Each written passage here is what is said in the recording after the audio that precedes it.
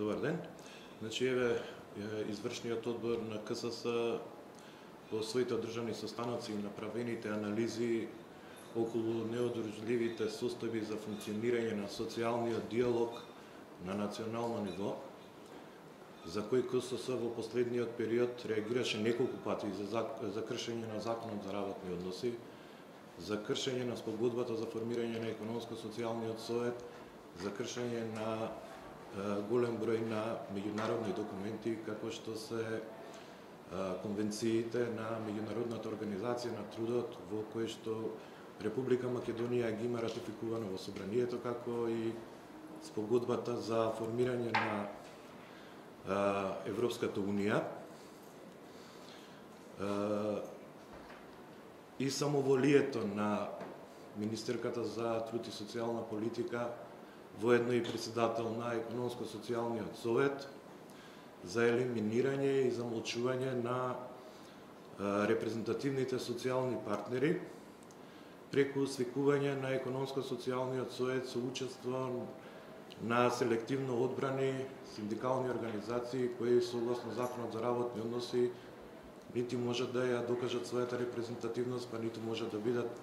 членови на Економско-социјалниот совет. На седницата беа усвојувани клучни прашања од работничката сфера без согласност и мислење на репрезентативните социјални партнери, со кои селективно се напредуваат, а и воедно тешко се нарушуваат работничките права. Затоа одлучивме денес преку средствата за јавно информирање да ја запознаеме пошироката јавност за состојбите и функционирањето на социјалниот диалог и секако да ги искажеме нашите барања од кои што нема да отстапиме.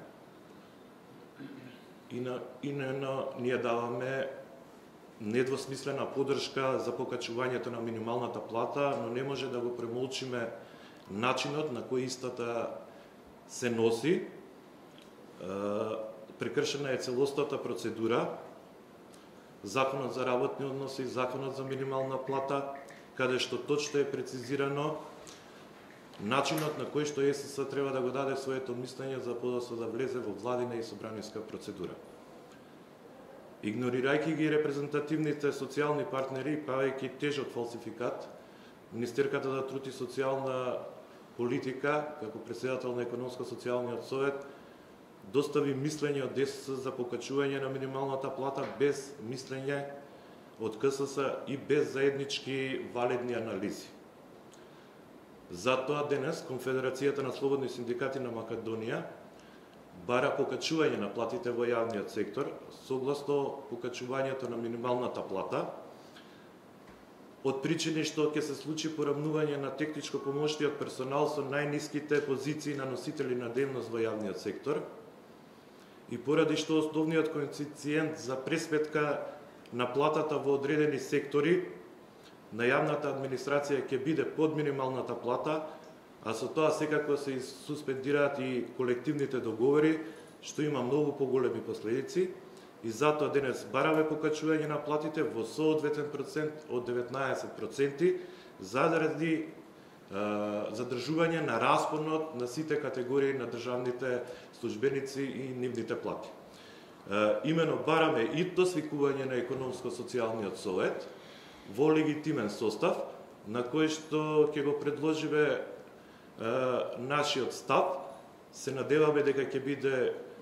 изгласан согласно сите закони, Законот за работни односи, Законот за минимална плата и согласно Уставот на Република Македонија. Во спротивно предупредуваме дека доколку продолжи оваа состојба, КСС ќе биде принуден да преземе легитимни синдикални радикални мерки.